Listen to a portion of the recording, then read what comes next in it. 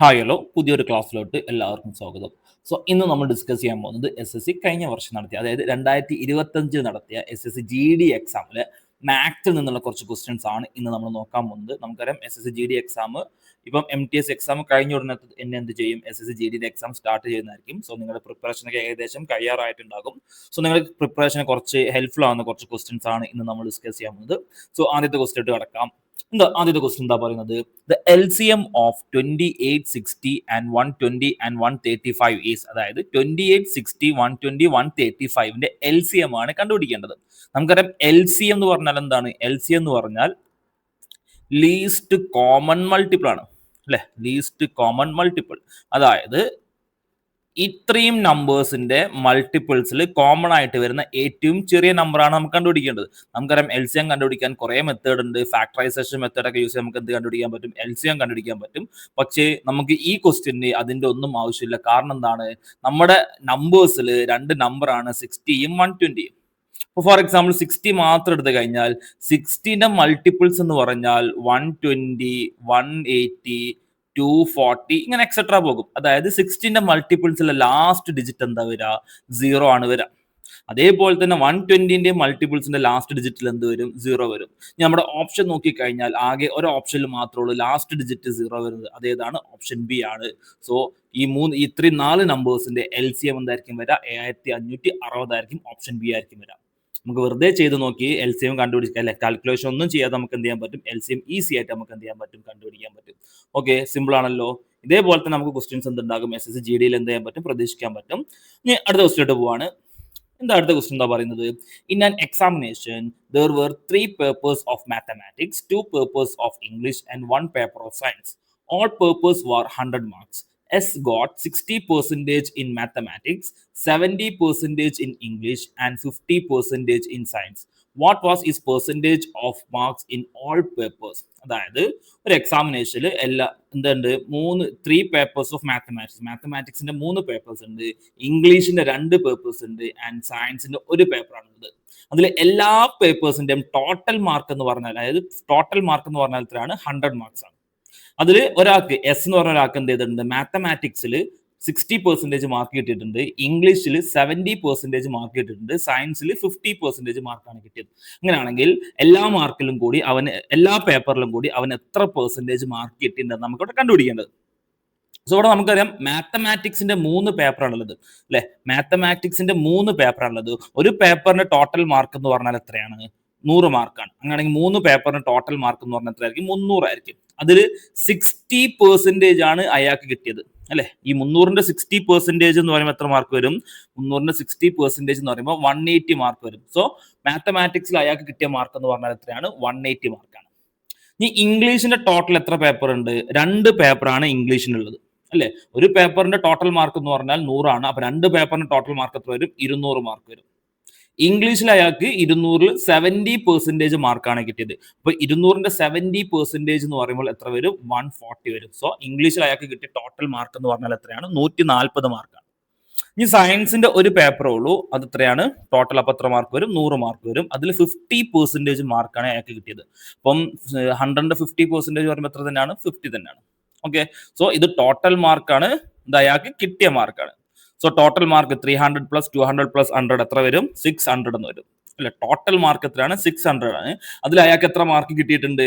180 plus 140 plus 50, 180 plus 140 plus 50 എന്ന് പറയുമ്പോൾ 370 എന്ന് വരും. ഓക്കെ, 600ൽ അയാൾക്ക് എത്ര മാർക്ക് കിട്ടിയിട്ടുണ്ട്? 370 മാർക്ക് കിട്ടിയിട്ടുണ്ട്. ഇതിന്റെ പെർസെന്റേജിലോട്ട് കൺവേർട്ട് ചെയ്യുമ്പോൾ 370/600 ഇൻറ്റു 100 എന്ന് കിട്ടും. ഓക്കെ, ഈ സീറോയും ക്യാൻസൽ ചെയ്ത് പോയി കഴിഞ്ഞാൽ ബാക്കി എന്ത് വരും? 370 എന്തുകൊണ്ട് ഡിവൈഡ് ചെയ്യണം? 6നെ കൊണ്ട് ഡിവൈഡ് ചെയ്യണം. ഓക്കെ, 370 6നെ കൊണ്ട് ഡിവൈഡ് ചെയ്യുമ്പോൾ അത് 37 എത്ര 6 വരുന്നുണ്ട്? 6 എണ്ണം. 6 × 6 36 വരും. റിമൈൻഡർ എത്ര വരും? 1 വരും. 0 ഇറക്കുമ്പോൾ 10. ഓക്കെ, 10ൽ എത്ര 6 വരുന്നുണ്ട്? 1 വരുന്നുള്ളൂ. 1 × 6 എത്രയാണ് വരുന്നത്? 6 ആണ് വരുന്നത്. റിമൈൻഡർ എത്ര വരും? 4 വരും. ഓക്കെ, ഇനിയിപ്പം ഇറക്കാൻ ഒന്നുമില്ല, ഒരു ഡെസിമൽ ഇട്ട് കൊടുത്തു കഴിഞ്ഞാൽ 0 കിട്ടും. വീണ്ടും 40ൽ എത്ര 6 വരുന്നുണ്ട്? 6 എണ്ണം. 6 × 6 36 ആണ് വരിക. ഓക്കെ, സോ നമ്മുടെ ആൻസർ എന്ന് പറയുന്നത് 61.6 സംതിങ് ആ വരുന്നത് അല്ലെ. ഓപ്ഷൻ നോക്കിക്കഴിഞ്ഞാൽ ഫസ്റ്റ് ഓപ്ഷൻ 61.3 ആണ് വരുന്നത്, ഇതെല്ലാം ആൻസർ. രണ്ടാമത്തെ ഓപ്ഷൻ 60 ആണ് വരുന്നത് എല്ലാ. മൂന്നാമത്തെ ഓപ്ഷൻ എന്ത് വരുന്നുണ്ട്, 61.67 വരുന്നുണ്ട്, ഇത് ആൻസർ ആവാൻ ചാൻസ് ഉണ്ട്. നാലാമത്തെ ഓപ്ഷൻ 60% ആണ്, ഇതെല്ലാം ആൻസർ. സോ നമ്മുടെ ആൻസർ എന്താണ്, ഓപ്ഷൻ സി 61.67% ആണ്. ഓക്കെ, സിമ്പിൾ ക്വസ്റ്റൻ ആണ്. ടോട്ടൽ മാർക്ക് അതിന്റെ എത്ര പെർസെന്റേജ് മാർക്ക് ഉണ്ടെന്ന് തന്നിട്ടുണ്ട്. സോ നമുക്ക് എന്ത് ചെയ്യാൻ പറ്റും, അയാൾക്ക് കിട്ടിയ മാർക്ക് കണ്ടുപിടിക്കുക, സം ചെയ്യാം, പെർസെന്റേജിലോട്ട് കൺവേർട്ട് ചെയ്യാം.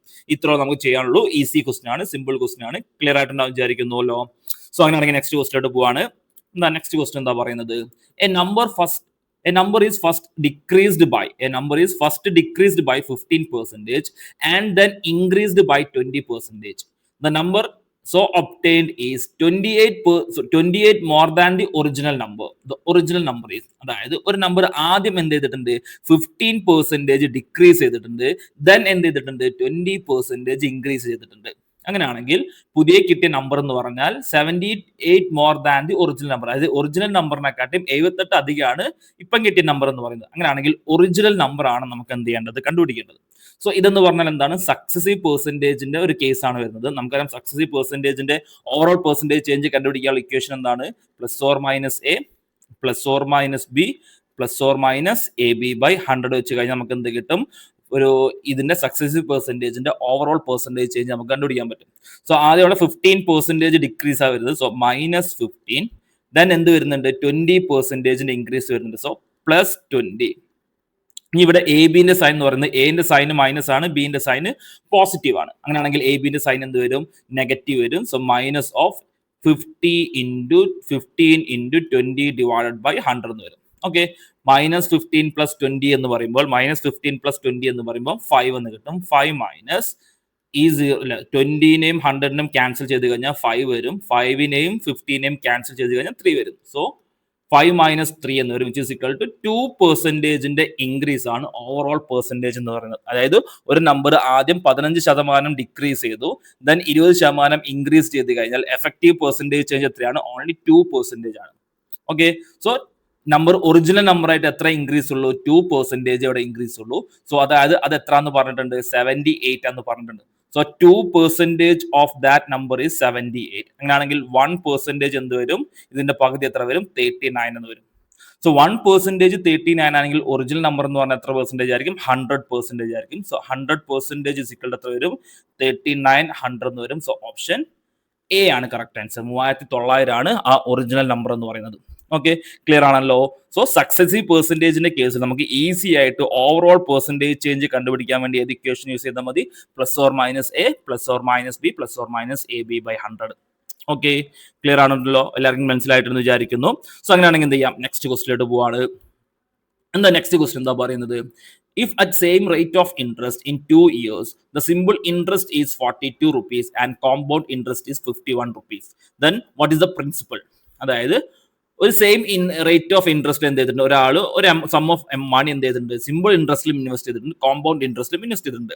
അപ്പൊ 2 വർഷം കഴിഞ്ഞപ്പോൾ അയാൾക്ക് കിട്ടിയ സിമ്പിൾ ഇൻട്രസ്റ്റ് എന്ന് പറയുന്നത് എത്രയാണ്, 42 rupees ആണ്. കോമ്പൗണ്ട് ഇൻട്രസ്റ്റ് എന്ന് പറയുന്നത് 51 rupees ആണ്. ഓക്കെ, അങ്ങനെയാണെങ്കിൽ അതിന്റെ പ്രിൻസിപ്പൽ എമൗണ്ട് ആണ് നമുക്ക് കണ്ടുപിടിക്കേണ്ടത്.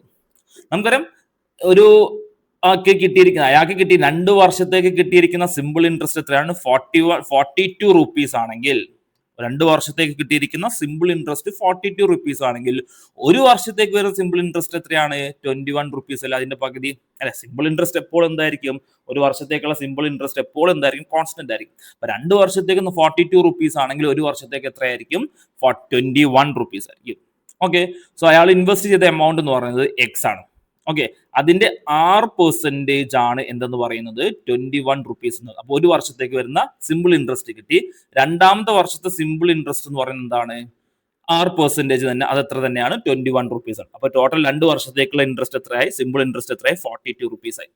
ഓക്കെ, ഇനി 2 വർഷത്തേക്കുള്ള കോമ്പൗണ്ട് ഇൻട്രസ്റ്റ് എന്താ വരുന്നത്, കോമ്പൗണ്ട് ഇൻട്രസ്റ്റ് എത്ര വരുന്നത്, 51 rupees ആണ്. ഓക്കെ, 42ഉം 51ഉം തമ്മിലുള്ള ഡിഫറൻസ് എത്ര വരുന്നത്, 9 rupees ആണ് വരുന്നത്. ഓക്കെ, സോ ഇവിടെ നോക്കിക്കഴിഞ്ഞാൽ നമുക്കറിയാം കോമ്പൗണ്ട് ഇൻട്രസ്റ്റ് എന്ന് പറഞ്ഞാൽ എന്താണ്, ഇൻട്രസ്റ്റിന്റെ മുകളിൽ ഇൻട്രസ്റ്റ് കാൽക്കുലേറ്റ് ചെയ്യും. ഓക്കെ. പക്ഷെ സിമ്പിൾ ഇൻട്രസ്റ്റ് എന്ത് ചെയ്യില്ല, ഇൻട്രസ്റ്റിന് മുകളിൽ ഇൻട്രസ്റ്റ് കാൽക്കുലേറ്റ് ചെയ്യില്ല. അപ്പൊ ഇവിടെ നോക്കിക്കഴിഞ്ഞാൽ നമുക്കിവിടെ എന്ത് മാത്രമേ ഡിഫറൻസ് ഉള്ളൂ, കോമ്പൗണ്ട് ഇൻട്രസ്റ്റ് കൂടി കിട്ടണമെങ്കിൽ ഇൻട്രസ്റ്റിന്റെ മുകളിൽ എന്ത് ചെയ്യണം, ഇൻട്രസ്റ്റ് കാൽക്കുലേറ്റ് ചെയ്യണം. സോ ആദ്യത്തെ വർഷത്തെ കേസിൽ എന്താണ്, സിമ്പിൾ ഇൻട്രസ്റ്റും കോമ്പൗണ്ട് ഇൻട്രസ്റ്റും എന്താണ്, സെയിം ആണ്. പക്ഷെ രണ്ടാമത്തെ ഇയർ കൺസിഡർ ചെയ്യുമ്പോൾ നമുക്ക് എന്ത് ചെയ്യണം, ആദ്യം പ്രിൻസിപ്പൽ എമൗണ്ടിന്റെ ഒരു ഇൻട്രസ്റ്റ് കണ്ടുപിടിക്കണം. അതേപോലെ തന്നെ കഴിഞ്ഞ വർഷം കിട്ടിയ 21 രൂപ ഉണ്ടല്ലോ, അതിന്റെ മുകളിൽ എന്ത് ചെയ്യുന്നുണ്ട്, ഒരു ഇൻട്രസ്റ്റ് കാൽക്കുലേറ്റ് ഉണ്ട്. അതാണ് രണ്ടാമത്തെ വർഷത്തെ ഡിഫറൻസ് എന്ന് പറയുന്നത്. സിമ്പിൾ ഇൻട്രസ്റ്റും കോമ്പൗണ്ട് ഇൻട്രസ്റ്റും തമ്മിൽ ഡിഫറൻസ് എന്ന് പറയുന്നത് അത് എത്ര രൂപ എന്ന് പറയുന്നുണ്ട്, 9 രൂപ എന്ന് പറയുന്നുണ്ട്. അപ്പം 21 റുപ്പീസിന്റെ 6% ആണ് എന്തെന്ന് പറയുന്നത്, 9 റുപ്പീസ് എന്ന് പറയുന്നത്. അങ്ങനെയാണെങ്കിൽ നമുക്ക് എന്ത് കണ്ടുപിടിക്കാൻ പറ്റും, റേറ്റ് ഓഫ് ഇൻട്രസ്റ്റ് കണ്ടുപിടിക്കാൻ പറ്റുമല്ലോ അല്ലെ. 6% ഓഫ് 21 ആണ് എന്തെന്ന് പറയുന്നത്, 9 റുപ്പീസ് എന്ന് പറയുന്നത്. So R/100 into 21 is equal to 9. Okay, ഈ 21ഉം 9ഉം ക്യാൻസൽ ചെയ്യുമ്പോൾ 7ഉം വരും, 3 എന്നും വരും. അങ്ങനെയാണെങ്കിൽ R ഇസ് ഈക്വൽ എന്ത് വരും, 300/7% വരും. സോ റേറ്റ് ഓഫ് ഇൻട്രസ്റ്റ് എന്താണെന്ന് നമുക്ക് കിട്ടിയിട്ടുണ്ട്, 300/7% ആണ് കിട്ടിയിട്ടുണ്ട്. ഓക്കെ, ഇവിടെ നോക്കിക്കഴിഞ്ഞാൽ എക്സിന്റെ R% ആണ് എന്തെന്ന് പറയുന്നത്, 21 റുപ്പീസ് എന്ന് പറയുന്നത്. അതായത് റേറ്റ് ഓഫ് ഇൻട്രസ്റ്റ് എത്ര ആണെന്ന് കിട്ടിയിട്ടുണ്ട്, 300/7 ആണെന്ന് കിട്ടിയിട്ടുണ്ട്. അപ്പം എക്സിന്റെ 300/7% ആണ് എന്തെന്ന് പറയുന്നത്, 21 റുപ്പീസ് എന്ന് പറയുന്നത്. അങ്ങനെയാണെങ്കിൽ എക്സ് കണ്ടുപിടിക്കാൻ വേണ്ടി നമുക്ക് ഇത് യൂസ് ചെയ്ത് നമുക്ക് എന്ത് ചെയ്യാൻ പറ്റും, എക്സ് കണ്ടുപിടിക്കാൻ പറ്റുമല്ലോ. സോ എക്സിന്റെ 300/7% പെർസെന്റേജിലോട്ട് കൺവേർട്ട് ചെയ്യാൻ വേണ്ടി 1/100 ആണ് എന്തെന്ന് പറയുന്നത്, 21 എന്ന് പറയുന്നത്. ഓക്കെ, സോ ഇത് ക്യാൻസൽ ചെയ്യുമ്പോൾ ഈ 3യും 0യും ക്യാൻസൽ ചെയ്ത് പോകും. ദെൻ ഈ 3യും 21ഉം ക്യാൻസൽ ചെയ്ത് കഴിഞ്ഞാൽ എന്ത് വരും, 7 എന്ന് വരും. അങ്ങനെയാണെങ്കിൽ എക്സ് ഇസ് ഈക്വൽ ടു ഈ 7 ഇങ്ങോട്ട് പോകുമ്പോൾ 7 × 7 49 എന്ന് കിട്ടും. സോ പ്രിൻസിപ്പൽ എമൗണ്ട് എത്രയാണ്, 49 റുപ്പീസ് ആണ്. ഓക്കെ, സോ ആൻസർ എന്ത് വരും, ഓപ്ഷൻ ബി വരും.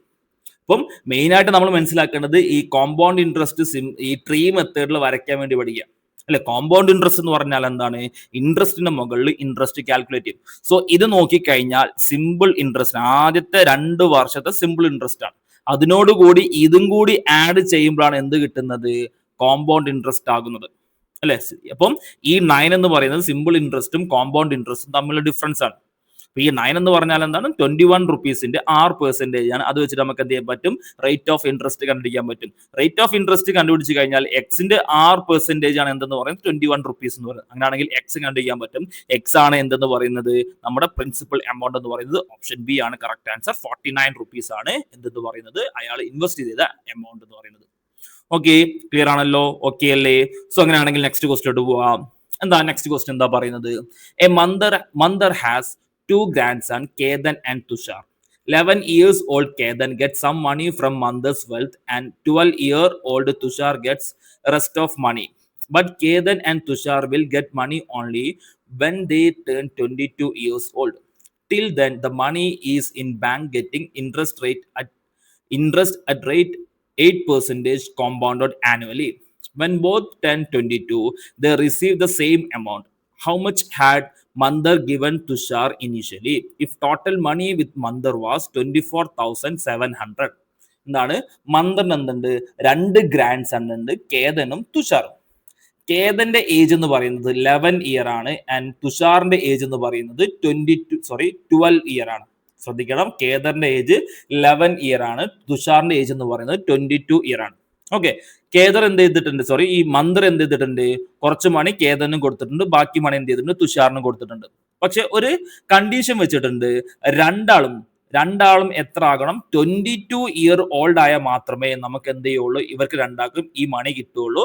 അതുവരെ എന്ത് ചെയ്തിട്ടുണ്ട്, മന്ദർ ഈ എമൗണ്ട് രണ്ടാൾക്കും കൊടുത്ത എമൗണ്ട് എന്ത് ചെയ്തിട്ടുണ്ട്, ഒരു ബാങ്കിൽ ഡെപ്പോസിറ്റ് ഉണ്ട് at rate of interest 8%.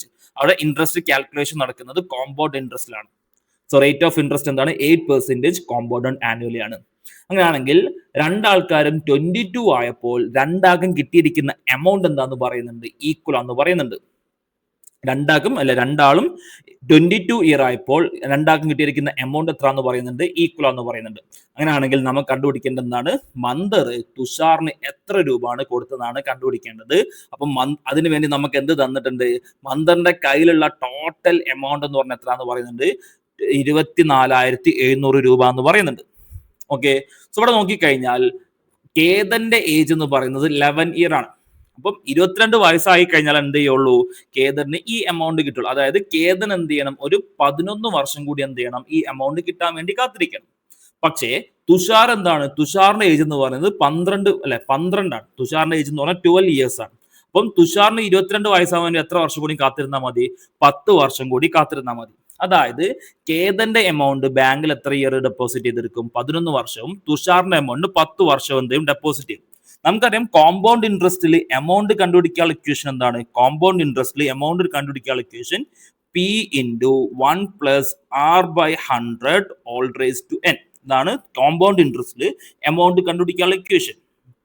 Okay, നമുക്കറിയാം ഇവർക്ക് രണ്ടാക്കും കിട്ടിയിരിക്കും, കേദനും തുഷാറിനും കിട്ടിയിരിക്കുന്ന എമൗണ്ട് എന്താണ്, ഈക്വൽ ആണ്. അപ്പൊ കേദന്റെ എമൗണ്ട് എന്ന് പറയുന്നത്, കേദന് പ്രിൻസിപ്പൽ എമൗണ്ട് എന്ന് പറഞ്ഞാൽ കേദന് കിട്ടിയ എമൗണ്ട്. സോ കേദന്റെ amount into 1 plus rate of interest എത്രയാണ്, 8% divide by 100 whole raise to n. കേദന്റെ എമൗണ്ട് എത്ര വർഷം ബാങ്കിൽ ഡെപ്പോസിറ്റ് ചെയ്യും, 11 വർഷം ബാങ്കിൽ എന്തെയും ഇരിക്കും. എന്തുകൊണ്ടാണ്, കേദന്റെ വയസ്സ് 11 ആണ്. 22 വയസ്സാൻ വേണ്ടി എത്ര വർഷം കൂടി കാത്തിരിക്കണം, 11 വർഷം കൂടി കാത്തിരിക്കണം. ഈ 11 വർഷം കേദന്റെ എമൗണ്ട് എന്തെയും ബാങ്കിൽ ഡെപ്പോസിറ്റ് ചെയ്യും. ഈ തുഷാറിന് കിട്ടിയ എമൗണ്ട് എന്ന് പറയുന്നത്, തുഷാറിന് കിട്ടിയ amount T into 1 plus 8 by 100 whole raise to 10 എന്ന് വരും. എന്തുകൊണ്ടാണ് 10? തുഷാറിന് എത്ര വയസ്സാണ്, 12 വയസ്സാണ് ഉള്ളത്. സോ 22 വയസ്സാൻ വേണ്ടി എത്ര വർഷം കൂടി കാത്തിരിക്കണം, 10 വർഷം കൂടി എന്ത് ചെയ്യണം, കാത്തിരിക്കണം. ഇതാണ് രണ്ടാക്കും 22 വയസ്സാകുമ്പോൾ കിട്ടുന്ന എമൗണ്ട് എന്ന് പറയുന്നത്, അല്ലെ? രണ്ടാക്കും 22 വയസ്സാകുമ്പോൾ കിട്ടുന്ന എമൗണ്ട് എന്താണ്, ഇതാണ്. ഇത് രണ്ടും എന്താന്ന് പറയുന്നുണ്ട്, ഈക്വൽ ആന്ന് പറയുന്നുണ്ട്. ഓക്കെ, ഇത് രണ്ടും എന്താന്ന് പറയുന്നുണ്ട്, ഈക്വൽ ആന്ന് പറയുന്നുണ്ട്. ഈ ഇക്വേഷൻ സോൾവ് ചെയ്ത് നമുക്ക് എന്ത് കണ്ടുപിടിക്കാം, തുഷാറിനും കേദനും കിട്ടിയ എമൗണ്ട് നമുക്ക് എന്ത് ചെയ്യാൻ പറ്റും, കണ്ടുപിടിക്കാൻ പറ്റും. സോ ഇവിടെ നോക്കിക്കഴിഞ്ഞാൽ ഇയാളും ഇതും എന്ത് ചെയ്തു പോകും, ക്യാൻസൽ ചെയ്തു പോകും. ബാക്കി എന്ത് വരും, k/t is equal to 1 plus 8 by 100 എന്ന് വരും. Okay, which is equal to k/t is equal to 1 plus 8 by 100 എന്ന് പറഞ്ഞാൽ എത്രയാണ്, 100/100 എന്ന് വരും, അല്ലെ? 100/100 എന്ന് വരും. സോ രണ്ടിലും കോമൺ ആയിട്ട് 108, 108ലും 100ലും കോമൺ ആയിട്ട് എന്ത് വരുന്നുണ്ട്, 4 വരുന്നുണ്ട്. So k/t is equal to 27/25 എന്ന് കിട്ടും. രണ്ടും 4നെ കൊണ്ട് കട്ട് ചെയ്ത് കഴിഞ്ഞാൽ എന്ത് കിട്ടും, 27/25 എന്ന് കിട്ടും. അപ്പം രണ്ടാർക്കും കിട്ടിയ എമൗണ്ടിന്റെ റേഷ്യോ എന്ന് പറഞ്ഞാൽ നമുക്ക് എന്ത് കിട്ടി, 27/25 എന്ന് കിട്ടുന്നുണ്ട്. അതായത് കേദന് 27 യൂണിറ്റ് കിട്ടിക്കഴിഞ്ഞാൽ തുഷാറിന് എത്ര കിട്ടും, 25 യൂണിറ്റ് എന്ന് കിട്ടും. ഓക്കെ, കേദന്, ഒരു മിനിറ്റ് തെറ്റിയൊന്ന് നോക്കട്ടെ, കേദന്റെ amount into, okay, k/t is equal to, ചെറിയൊരു മിസ്റ്റേക്ക് പറ്റി ഇവിടെ, നമുക്ക് ക്വസ്റ്റ്യൻ അറേഞ്ച് ചെയ്തതിൽ ചെറിയൊരു മിസ്റ്റേക്ക് പറ്റി. ഒന്നും കൂടി നമുക്ക് നോക്കാം. നമുക്കൊന്നുകൂടി നോക്കാം.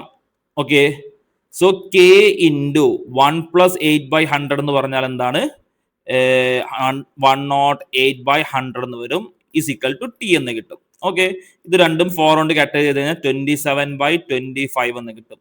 Okay, so k into 27/25 is equal to Tushar ആണ്. ഓക്കെ, ഇനി t ഇങ്ങോട്ടും പോകുക, 27/25 അങ്ങോട്ടും പോകുമ്പോൾ എന്താകും, k/t ഈസ് ഈക്വൽ ടു 25/27 എന്ന് വരും, അല്ലെ? k/t ഈസ് ഈക്വൽ ടു എന്ത് വരും, 25/27. ഇപ്പം കറക്റ്റ് ആയിട്ടുണ്ട്. സോ കേദന്റെ എമൗണ്ട് 25 യൂണിറ്റ് ആണെങ്കിൽ തുഷാറിന്റെ എമൗണ്ട് എത്രയാണ്, 27 യൂണിറ്റ് ആണ്. അപ്പം ഇത് രണ്ടും കൂടി, രണ്ടാളുടെ എമൗണ്ട് കൂടി ആഡ് ചെയ്ത് കഴിഞ്ഞാൽ നമുക്ക് എന്ത് കിട്ടും, ടോട്ടൽ എമൗണ്ട് കിട്ടും. അത് എത്ര യൂണിറ്റ് വരും, 25 + 27 എത്ര യൂണിറ്റ് വരും, 52 യൂണിറ്റ് വരും.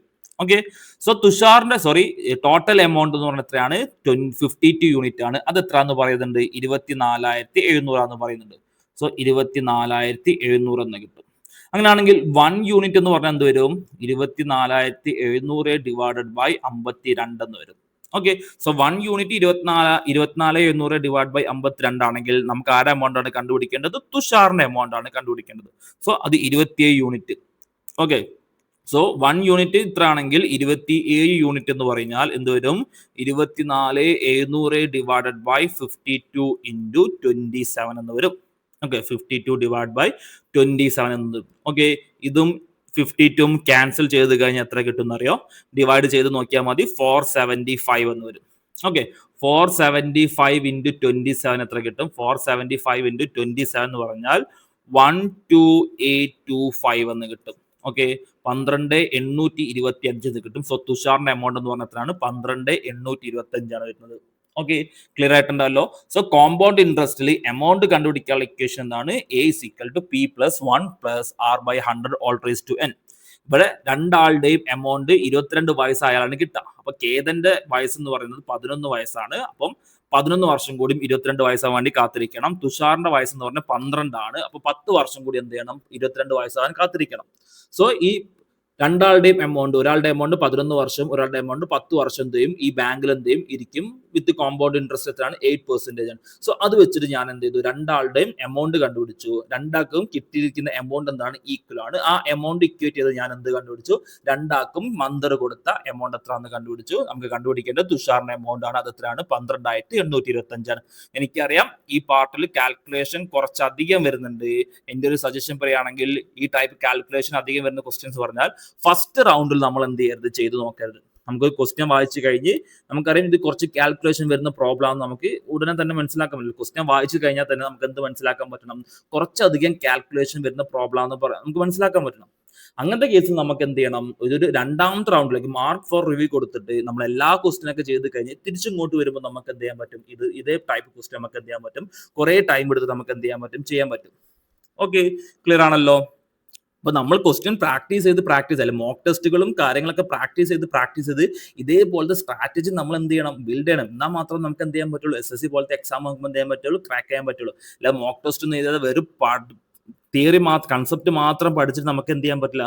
SSC പോലത്തെ എക്സാം നമുക്ക് എന്ത് ചെയ്യാൻ പറ്റില്ല? ഒരിക്കലും പാസ്സാകാൻ പറ്റില്ല. ഓക്കെ, സോ ഇതേപോലെ നിങ്ങൾ മോക്ക് ടെസ്റ്റ് റെഗുലർ ആയിട്ട് എന്ത് ചെയ്യണം? ഇതേപോലത്തെ സ്ട്രാറ്റജി എന്ത് ചെയ്യണം? ബിൽഡ് ചെയ്യണം. ഓക്കെ ആണല്ലോ. ക്വസ്റ്റ്യൻ മനസ്സിലായിട്ടുണ്ടാകും വിചാരിക്കുന്നു. സോ നെക്സ്റ്റ് ക്വസ്റ്റ്യൻ പോവാണ്. The next question എന്താ പറയുന്നത്? What is the cost price of an article which is sold for 1,566 with 8% profit? അതായത് ഒരു സാധനം 1,566 രൂപക്ക് വിറ്റപ്പോൾ 8% പ്രോഫിറ്റ് ആണ് കിട്ടിയത്. അങ്ങനെയാണെങ്കിൽ അതിന്റെ കോസ്റ്റ് പ്രൈസ് ആണ് നമുക്ക് എന്ത് ചെയ്യേണ്ടത്? കണ്ടുപിടിക്കേണ്ടത്. സോ 8% പ്രോഫിറ്റ് എന്ന് പറയുമ്പോൾ ഓവറോൾ പെർസെന്റേജ് എത്ര വരും? 108% വരും. ഓക്കെ, സോ ഒരു സാധനത്തിന് 108% എന്തെന്ന് പറയുന്നത്? 1,566 എന്ന് പറയുന്നത്. നമുക്ക് എന്താ കണ്ടുപിടിക്കേണ്ടത്? കോസ്റ്റ് പ്രൈസ് ആണ് കണ്ടുപിടിക്കേണ്ടത്. സോ 108% 1,566 ആണെങ്കിൽ കോസ്റ്റ് പ്രൈസ് എന്ന് പറഞ്ഞാൽ എത്ര പെർസെന്റേജ് ആണ്? 100% ആണ് എന്തെന്ന് പറയുന്നത്? കോസ്റ്റ് പ്രൈസ് എന്ന് പറയുന്നത്.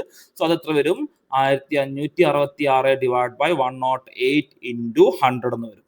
ഓക്കെ, സോ 1,566 108 എന്തിൽ കോമൺ ആയിട്ട് വരുന്നത്? 54 കോമൺ ആയിട്ട് വരുന്നത്. 1,566 54 കൊണ്ട് ഡിവൈഡ് ചെയ്ത് കഴിഞ്ഞാൽ 29 എന്ന് കിട്ടും. 108 54 കൊണ്ട് ഡിവൈഡ് ചെയ്ത് കഴിഞ്ഞാൽ 2 എന്ന് കിട്ടും.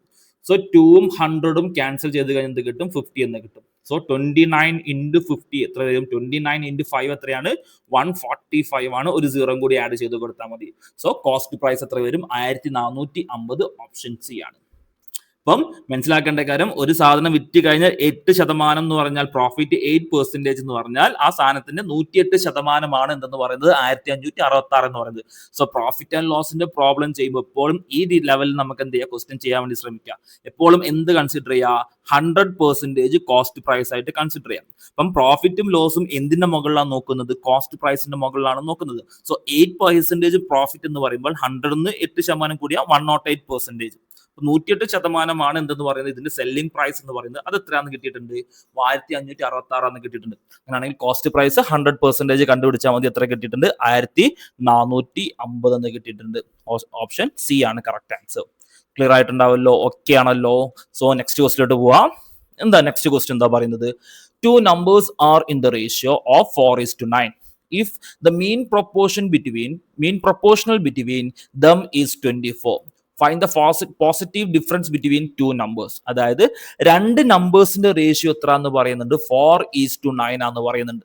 ഓക്കെ, ഈ രണ്ട് നമ്പേഴ്സിന്റെ മീൻ പ്രൊപ്പോർഷണൽ എത്ര എന്ന് പറയുന്നുണ്ട്? മീൻ പ്രൊപ്പോർഷണൽ 24 ആണെന്ന് പറയുന്നുണ്ട്. അങ്ങനെയാണെങ്കിൽ നമുക്ക് എന്താണ് കണ്ടുപിടിക്കേണ്ടത്? രണ്ട് നമ്പേഴ്സിന്റെയും പോസിറ്റീവ് ഡിഫറൻസ് ആണ് കണ്ടുപിടിക്കേണ്ടത്. നമുക്കറിയാം എയും ബി എന്ന് പറയുന്ന രണ്ട് നമ്പേഴ്സ് ആണെങ്കിൽ മീൻ പ്രൊപ്പോർഷൻ എന്ന് പറയുന്നത് എന്തായിരിക്കും? മീൻ പ്രൊപ്പോർഷൻ എന്ന് പറയുന്നത് എന്താണ്? Square root of A B ആണ് അല്ലെ? എയും ബിയും രണ്ട് നമ്പേഴ്സ് ആണെങ്കിൽ അതിന്റെ മീൻ പ്രൊപ്പോർഷൻ എന്ന് പറഞ്ഞാൽ എന്തായിരിക്കും? Square root of A B ആണ്.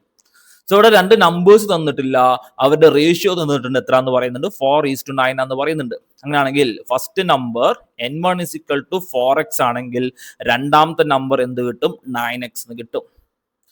ഇവരുടെ മീൻ പ്രൊപ്പോർഷൻ എന്ന് പറഞ്ഞത് വരും √4x × 9x എന്ന് വരും, വിച്ച് ഈസ് ഇക്വൽ ടു എത്ര എന്ന് പറയുന്നുണ്ട്? 24 ആണെന്ന് പറയുന്നുണ്ട്. അങ്ങനെയാണെങ്കിൽ x × x, x², x² square root എന്താണ്? x ആണ്. 4 2, 9 3. അപ്പൊ 2 × 3 എത്ര കിട്ടും? 6x എന്ന് കിട്ടും. സോ മീൻ പ്രൊപ്പോർഷൻ എത്രയാണ്? 6x ആണ്. അത് എത്രയാണ്? 24 ആണ്. അങ്ങനെയാണെങ്കിൽ x എത്ര വരും? 6. 24 / 6 എത്ര കിട്ടും? 4 എന്ന് കിട്ടും. സോ എക്സിന്റെ വാല്യൂ നമുക്ക് എത്ര ആണെന്ന് കിട്ടിയിട്ടുണ്ട്? 4 ആണെന്ന് കിട്ടിയിട്ടുണ്ട്. അങ്ങനെയാണെങ്കിൽ ഫസ്റ്റ് നമ്പർ എന്ത് കിട്ടും? 4 × 4 16 എന്ന് വരും. രണ്ടാമത്തെ നമ്പർ 9 × 4 36 എന്ന് വരും. സോ നമുക്ക് എന്താണ് കണ്ടുപിടിക്കേണ്ടത്? രണ്ട് നമ്പേഴ്സിന്റെയും പോസിറ്റീവ് ഡിഫറൻസ് ആണ്. എത്ര പോസിറ്റീവ് ഡിഫറൻസ് എത്ര വരുന്നുണ്ട്? 20 വരുന്നുണ്ട്. ഏതാണ് ആൻസർ? ഓപ്ഷൻ ഡി ആണ് ആൻസർ. ഓക്കെ, സിമ്പിൾ ക്വസ്റ്റ്യൻ ആണ്. ഒരൊറ്റ കാര്യം അറിഞ്ഞിരുന്നാൽ മതി. AB എന്ന് പറഞ്ഞ രണ്ട് നമ്പേഴ്സിന്റെ മീൻ പ്രൊപ്പോർഷൻ എത്ര വരുന്നത്? √AB ആണ് വരുന്നത്. ഓക്കെ, ക്ലിയർ ആണല്ലോ? സിമ്പിൾ ക്വസ്റ്റ്യൻ, വളരെ സിമ്പിൾ ക്വസ്റ്റ്യൻ ആണ്. എല്ലാവർക്കും മനസ്സിലായിട്ടുണ്ടെന്ന് വിചാരിക്കുന്നു. സോ അങ്ങനെയാണെങ്കിൽ എന്ത് ചെയ്യാം? നെക്സ്റ്റ് ക്വസ്റ്റ്യൻ പോവാണ്. എന്താ നെക്സ്റ്റ് ക്വസ്റ്റ്യൻ എന്താ പറയുന്നത്? 2 trains having length of 210 meter and 140 meter are running at speed of 80 km/h and 150 km/h respectively in the same direction. The time taken in minutes by the faster train coming from behind to completely cross the other train. എന്താ പറഞ്ഞത്? രണ്ട് ട്രെയിനിന്റെ length എന്ന് പറഞ്ഞാൽ 210 മീറ്ററും 140 മീറ്ററും ആണ്. അവരുടെ സ്പീഡ് എന്ന് പറഞ്ഞാൽ എന്താണ്? 80 km/h ആൻഡ് 150 km/h ആണ്. രണ്ടാളും സെയിം ഡയറക്ഷൻ ആണ് പോകുന്നത്. അതായത് രണ്ടാളും സെയിം ഡയറക്ഷൻ എന്ന് പറഞ്ഞാൽ ഒരാൾ എന്ത് ചെയ്യാണ്? ഓവർടേക്ക് ചെയ്യാണ്. സോ ഇയാളുടെ സ്പീഡ് 150 km/h ആണ്, ഇയാളുടെ സ്പീഡ് എത്രയാണ്? 80 km/h ആണ്. നമുക്ക് കണ്ടുപിടിക്കേണ്ടത് ഇയാള് ഈ ട്രെയിനിനെ ഓവർടേക്ക് ചെയ്യാൻ വേണ്ടി എത്ര സമയം എടുക്കുന്നതാണ് നമുക്ക് കണ്ടുപിടിക്കേണ്ടത്. സോ ട്രെയിനിന്റെ പ്രോബ്ലത്തിൽ പൊതുവെ കണ്ടുവരുന്ന ഒരു ക്വസ്റ്റ്യൻ ആണ് ടൈം കണ്ടുപിടിക്കാൻ. മെജോറിറ്റി ഓഫ് ക്വസ്റ്റ്യൻസും എന്താണ്? ടൈം കണ്ടുപിടിക്കാനുള്ള ക്വസ്റ്റ്യൻസ് ആണ് കാണാറ്. ഓക്കെ, സോ ടൈം കണ്ടുപിടിക്കാൻ നമുക്ക് ഏത് കേസിലും നമുക്ക് എന്ത് ചെയ്യാൻ പറ്റും? ഞാൻ ഇനി പറയാൻ പോകുന്ന ഇക്വേഷൻ നമുക്ക് എന്ത് ചെയ്യാൻ പറ്റും? യൂസ് ചെയ്യാൻ പറ്റും. So time is equal to L1 + L2 + initial distance divided by relative speed. Okay, ഈ ഇക്വേഷൻ യൂസ് ചെയ്ത് നമുക്ക് എന്ത് ചെയ്യാൻ പറ്റും? ഏത് കേസിലുള്ള ടൈം നമുക്ക് എന്ത് ചെയ്യാൻ പറ്റും? കണ്ടുപിടിക്കാൻ പറ്റും. L1 എന്ന് പറഞ്ഞാൽ length of the first train, L2 എന്ന് പറഞ്ഞാൽ length of the second train. ഈ ഇനീഷ്യൽ ഡിസ്റ്റൻസ് എന്ന് പറഞ്ഞാൽ ട്രെയിൻ തമ്മിലുള്ള ഇനീഷ്യൽ ഡിസ്റ്റൻസ് ആണ്, അവർ തമ്മിലുള്ള ദൂരമാണ് ഇനീഷ്യൽ ഡിസ്റ്റൻസ് കൊണ്ട് ഉദ്ദേശിക്കുന്നത്. ഈ റിലേറ്റീവ് സ്പീഡ് നമുക്ക് അറിയാവുന്ന കേസാണ്. റിലേറ്റീവ് സ്പീഡിൽ രണ്ട് കേസാണ്. രണ്ട് ട്രെയിനും സെയിം ഡയറക്ഷനിലാണെങ്കിൽ റിലേറ്റീവ് സ്പീഡ് എന്ത് വരും? Relative speed is equal to S1 - S2 വരും. ഈ രണ്ട് ട്രെയിനും ഓപ്പോസിറ്റ് ഡയറക്ഷൻ ആണെങ്കിൽ റിലേറ്റീവ് സ്പീഡ് എന്ത് വരും? S1 + S2 വരും. സോ ഇവിടെ എന്താണ്? രണ്ട് ട്രെയിനും സെയിം ഡയറക്ഷൻ ആണ്. അപ്പൊ എന്താണ്? റിലേറ്റീവ് സ്പീഡ് എന്താണ്? S1 - S2 ആണ്. 150 - 80 എന്ന് വരും. ഓക്കെ, നമുക്കിവിടെ ഇക്വേഷനിൽ കൊടുത്തു കഴിഞ്ഞാൽ length of the first train is 210 metre plus length of the second train is 140 metre. നമുക്ക് ക്രോസ് ചെയ്യാനുള്ള ടൈം ആണ് കണ്ടുപിടിക്കേണ്ടത്. അപ്പം ഇനീഷ്യൽ ഡിസ്റ്റൻസ് എന്തുണ്ടാകില്ല? ഇനീഷ്യൽ ഡിസ്റ്റൻസ് 0 ആയിരിക്കും. അപ്പൊ അത് കൺസിഡർ ചെയ്യേണ്ട ആവശ്യമില്ല. Okay, divided by relative speed എന്ന് പറഞ്ഞാൽ എന്താണ്? 150 - 80. 150 80 മൈനസ് ചെയ്ത് കഴിഞ്ഞാൽ നമുക്ക് എന്ത് കിട്ടും? 70 എന്ന് കിട്ടും. സോ 70 km/h ആണ് ഇവരുടെ റിലേറ്റീവ് സ്പീഡ് എന്ന് പറയുന്നത്. ഈ km/h നമുക്ക് എങ്ങോട്ട് കൺവേർട്ട് ചെയ്യണം? m/s കൺവേർട്ട് ചെയ്യണം. സോ × 5/18 എന്ന് വരും. ഓക്കെ, ഇപ്പോൾ കിട്ടുന്ന സമയം നോക്കുക. ഇത് ഇത് മീറ്റർ ആണ്. ഇതും 140ന്റെ യൂണിറ്റ് എത്രയാണ്? മീറ്റർ ആണ്. ഇപ്പം 70 km/h നമ്മൾ എങ്ങോട്ട് കൺവേർട്ട് ചെയ്തു? m/s കൺവേർട്ട് ചെയ്തു. ഇപ്പം കിട്ടുന്ന ടൈം എന്ന് പറഞ്ഞാൽ എന്തിലായിരിക്കും? സെക്കൻഡിലായിരിക്കും. പക്ഷെ നമുക്ക് എന്തിലാണ് കണ്ടുപിടിക്കേണ്ടത്? മിനിറ്റ്സിലാണ് നമുക്ക് എന്ത് ചെയ്യേണ്ടത്? ആൻസർ കിട്ടേണ്ടത്. അപ്പോൾ സെക്കൻഡിനെ മിനിറ്റ് ആക്കാൻ വേണ്ടി നമുക്ക് എന്ത് ചെയ്താൽ മതി? ഒരു 60 കൊണ്ട് ഡിവൈഡ് ചെയ്താൽ മതി. സോ ഡിവൈഡഡ് ബൈ ഒരു 16 കൂടിയും വരും. ഓക്കെ, സോ ഇത് ചെയ്ത് കഴിഞ്ഞാൽ നമ്മുടെ ആൻസർ ആയി. So which is equal to 210 plus 140. 140നെയും 210നെയും add ചെയ്യുമ്പോൾ എത്ര കിട്ടും? 350 എന്ന് വരും. 350 ഈ 18 എന്ത് ചെയ്യും? മുകളിലോട്ട് വരും. ഡിവൈഡഡ് ബൈ 70 × 5 × 60 എന്ന് വരും.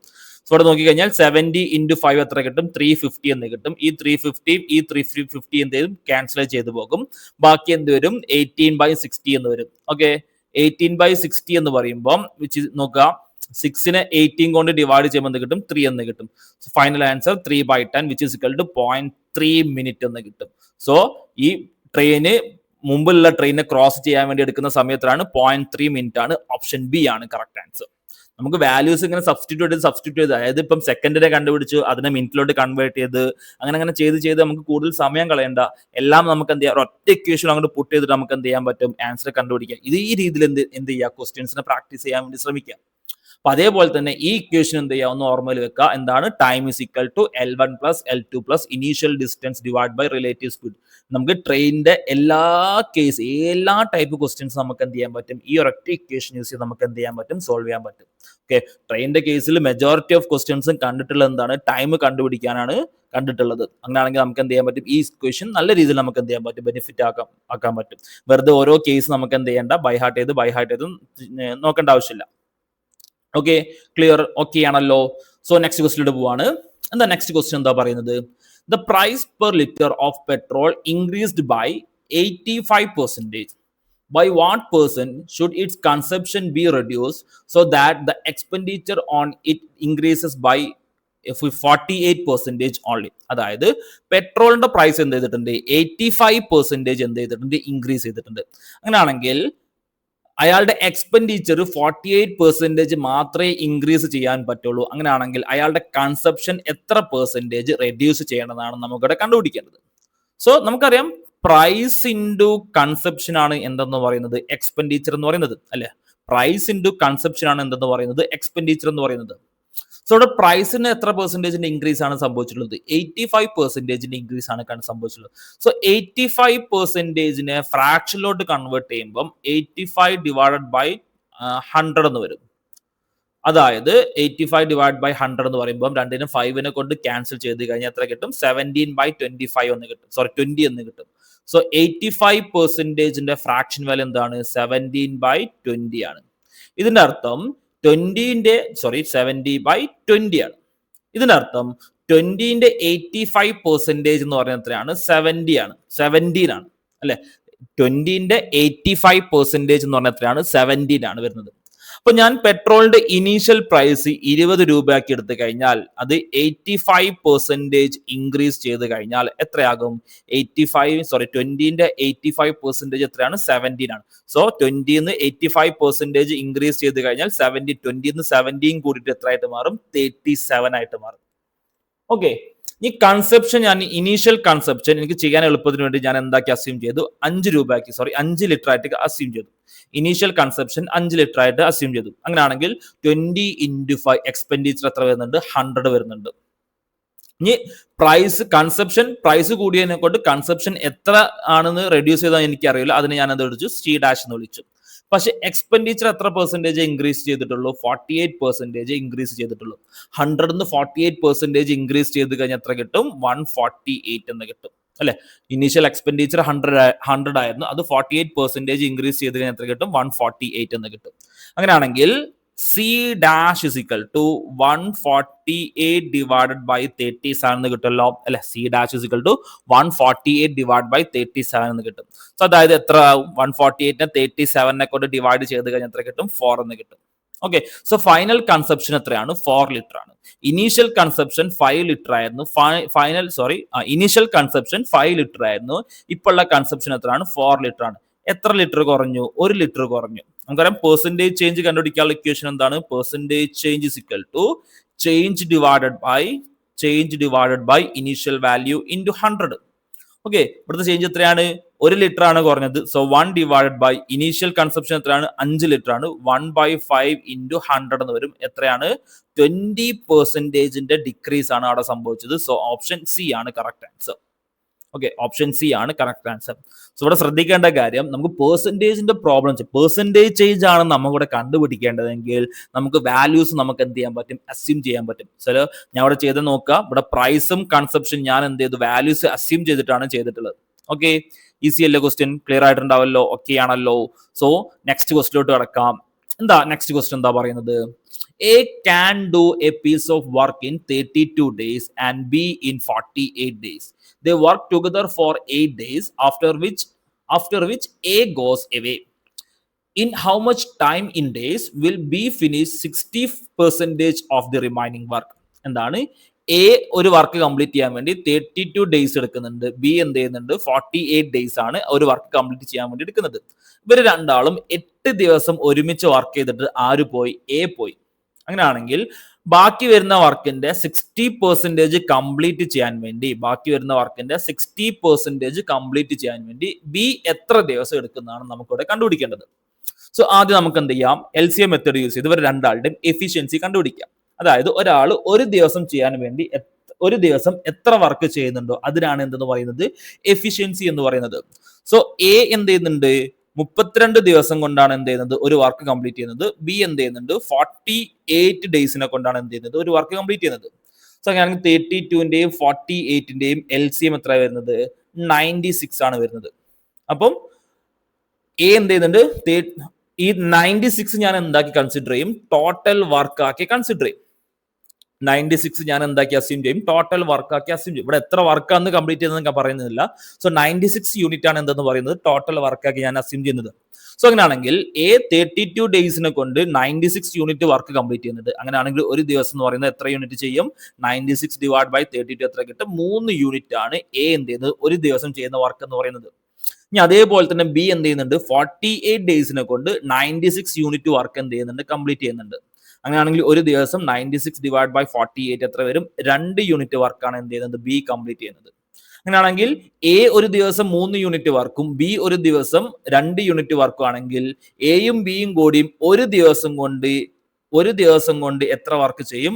5 വർക്ക് ചെയ്യും. 3+2 എത്ര വർക്ക് ചെയ്യും? 5 വർക്ക് ചെയ്യും. അങ്ങനെയാണെങ്കിൽ എയും ബിയും ഒരുമിച്ച് എത്ര ദിവസം വർക്ക് ചെയ്തിട്ടുണ്ട്? 8 ദിവസം വർക്ക് ചെയ്തിട്ടുണ്ട്. അങ്ങനെയാണെങ്കിൽ എയും ബിയും 8 ദിവസം കൊണ്ട് എത്ര വർക്ക് ചെയ്യും? ഒരു ദിവസം 5 യൂണിറ്റ് ആണെങ്കിൽ 8 ദിവസം കൊണ്ട് 5 × 8 40 യൂണിറ്റ് എന്ത് ചെയ്യും? വർക്ക് ചെയ്യും. അപ്പൊ എയും ബിയും 8 ദിവസം കൊണ്ട് എത്ര ചെയ്യും? 40 യൂണിറ്റ് വർക്ക് ചെയ്യും. അങ്ങനെയാണെങ്കിൽ റിമൈനിങ് വർക്ക് എന്ന് പറയുന്നത് എത്ര വരും? ടോട്ടൽ വർക്ക് 96 ആണ്. അതിന്ന് 40 മൈനസ് ചെയ്ത് കഴിഞ്ഞാൽ എത്ര കിട്ടും? 56 എന്ന് കിട്ടും. സോ റിമൈനിങ് വർക്ക് എത്രയാണ്? 56 ആണ്. ഈ റിമൈനിങ് വർക്കിന്റെ 60% ആണ് ബി എത്ര ദിവസം കൊണ്ട് കംപ്ലീറ്റ് ചെയ്യുന്നത് നമുക്കിവിടെ കണ്ടുപിടിക്കേണ്ടത്. സോ 56ന്റെ 60% എന്ന് പറയുമ്പോൾ 56 × 60/100 എത്ര വരും? 56 × 60/100 എന്ന് പറയുമ്പോൾ ഇത് രണ്ടും കൂടി ഡിവൈഡ് ചെയ്ത് കഴിഞ്ഞാൽ 5ഉം വരും 3ഉം വരും. 56 × 3 എന്ന് പറഞ്ഞാൽ 168/5 എന്ന് കിട്ടും. സോ റിമൈനിങ് വർക്ക് എന്ന് പറഞ്ഞാൽ എത്രയാണ്? 168 ഡിവൈഡഡ് ബൈ 5 ആണ്. ഇത് ബി എത്ര ദിവസം കൊണ്ട് കംപ്ലീറ്റ് ചെയ്യുന്നതാണ് നമുക്കിവിടെ കണ്ടുപിടിക്കേണ്ടത്. ബി ഒരു ദിവസം കൊണ്ട് കംപ്ലീറ്റ് ചെയ്യുന്ന വർക്ക് എത്രയാണ്? അല്ലെ, 2 യൂണിറ്റ് ആണ്. അതായത് ബിക്ക് 2 യൂണിറ്റ് വർക്ക് കംപ്ലീറ്റ് ചെയ്യാൻ വേണ്ടി എത്ര ദിവസം എടുക്കുന്നുണ്ട്? ഒരു ദിവസമാണ് എടുക്കുന്നത്. അങ്ങനെയാണെങ്കിൽ 168 ഡിവൈഡഡ് ബൈ 5 യൂണിറ്റ് വർക്ക് ചെയ്യാൻ വേണ്ടി എത്ര ദിവസം എടുക്കും? വിച്ച് ഈസ് ഇക്വൽ ടു ഇങ്ങനെ ചെയ്യണം. നമുക്ക് കുറച്ചും കൂടി സിമ്പിൾ ആയിട്ട് ആലോചിച്ച് കഴിഞ്ഞാൽ time is equal to work by efficiency ആണ്. അല്ലെ, ടൈം ഈസ് ഇക്വൽ ടു എന്താണ്? വർക്ക് ബൈ എഫിഷ്യൻസി ആണ്. സോ ഇവിടെ വർക്ക് ചെയ്യാനുള്ള പെൻഡിങ് ഉള്ള വർക്ക് എത്രയാണ്? 168. ചെയ്യാനുള്ള വർക്ക് എത്രയാണ്? 168 ഡിവൈഡ് ബൈ 5 ആണ്. Divide by efficiency of B എത്രയാണ്? 2 ആണ്. ഇത് ചെയ്ത് കഴിഞ്ഞാൽ കുറച്ചും കൂടി സിമ്പിൾ ആയിട്ട് ചെയ്യാൻ പറ്റും. Which is equal to 168 divide by 5 × 2 എത്ര വരും? 168 ഡിവൈഡഡ് ബൈ 10 എത്ര വരും? 16.8 എന്ന് കിട്ടും. സോ ബി എന്ത് ചെയ്യുന്നുണ്ട്? ഈ വർക്ക് കംപ്ലീറ്റ് ചെയ്യാൻ വേണ്ടി 16.8 ഡേയ്സ് എടുക്കുന്നുണ്ട്. ഓപ്ഷൻ നോക്കിക്കഴിഞ്ഞാൽ മിക്സ്ഡ് ഫ്രാക്ഷനിലുള്ളത്. സോ 0.8നെ മിക്സ്ഡ് ഫ്രാക്ഷൻ ആക്കി കൺവേർട്ട് ചെയ്ത് കഴിഞ്ഞാൽ 16.8 എന്ന് പറഞ്ഞാൽ എന്താണ്? 4/5 ആണ്. സോ 16 4/5 ഡേയ്സിനെ കൊണ്ട് എന്ത് ചെയ്യും? ബി എന്ത് ചെയ്യും? ഈ വർക്ക് കംപ്ലീറ്റ് ചെയ്യും. Option C is the correct answer. Okay, so ആദ്യം ഞാൻ എന്ത് ചെയ്തു, എന്റെയും ബിന്റെയും എഫിഷ്യൻസി കണ്ടുപിടിച്ചു. അങ്ങനെയാണെങ്കിൽ എന്റെയും ബിന്റെയും എഫിഷ്യൻസി 3 യൂണിറ്റ് എന്നും 2 യൂണിറ്റ് എന്നും കിട്ടി. LCM മെത്തേഡ് യൂസ് ചെയ്ത് എഫിഷ്യൻസി കണ്ടുപിടിച്ചു. അങ്ങനെയാണെങ്കിൽ എയും ബിയും ഒരു ദിവസം കൊണ്ട് 5 യൂണിറ്റ് വർക്ക് ചെയ്യും. അങ്ങനെയാണെങ്കിൽ 8 ദിവസം കൊണ്ട് 40 യൂണിറ്റ് വർക്ക് ചെയ്യും. ഈ റിമൈനിങ് വർക്ക് എന്ന് പറഞ്ഞാൽ ടോട്ടൽ വർക്ക് 96 യൂണിറ്റ് ആണ് അസ്യൂം ചെയ്തേക്കുന്നത്. അതിൽ നിന്ന് 40 മൈനസ് ചെയ്ത് കഴിഞ്ഞാൽ 56 കിട്ടും. ഈ 56ന്റെ 60% എന്ന് പറഞ്ഞാൽ എത്രയാണ്? 168 ഡിവൈഡ് ബൈ 5 ആണ്. 168 ബൈ 5 ആണ്. ഇതിനെ വെറുതെ ഡെസിമൽ ആക്കിയിട്ട് നമുക്ക് എന്ത് ചെയ്യേണ്ട, സമയം കളയേണ്ട ആവശ്യമില്ല. നോക്കിയേ, വെറുതെ നമ്മൾ എക്സാം ഹാളിലും ഇതേ സ്ട്രാറ്റജി എന്ത് ചെയ്യുക, ഫോളോ ചെയ്യാം. ഫൈനൽ ആൻസർ മാത്രം നമുക്ക് എന്ത് ചെയ്യാം, ഓപ്ഷൻ നോക്കിയിട്ട് അതിനനുസരിച്ചുള്ള ചേഞ്ച് വരുത്താം. വെറുതെ ആദ്യം തന്നെ ഡെസിമൽ ആക്കി കൺവേർട്ട് ചെയ്തിട്ട് നമുക്ക് വെറുതെ എന്ത് ചെയ്യരുത്, സമയം കളയാൻ നിൽക്കരുത്. Okay, so time is equal to work by efficiency കണ്ടുപിടിച്ച് ഞാൻ എന്ത് ചെയ്തു, ടൈം എത്രയാണെന്ന് കിട്ടിയിട്ടുണ്ട്, 16 4/5 ഡേയ്സ് ആണെന്ന് കിട്ടിയിട്ടുണ്ട്. ഓപ്ഷൻ സി ആണ് കറക്റ്റ് ആൻസർ. ഓക്കെ, സോ ഇന്ന് നമ്മൾ ഡിസ്കസ് ചെയ്തേക്കുന്നത് SSC 2025 നടത്തിയ SSC GD എക്സാമിന്റെ കുറച്ച് ക്വസ്റ്റ്യൻസ് ആണ് ഇന്ന് നമ്മൾ എന്ത് ചെയ്തേക്കുന്നത്, ഡിസ്കസ് ചെയ്തേക്കുന്നത്. സോ ബാക്കി എന്ത് ചെയ്യാം, നെക്സ്റ്റ് ക്ലാസ്സിലേക്കായിട്ട് നമുക്ക് ഡിസ്കസ് ചെയ്യാം. Okay, thank you.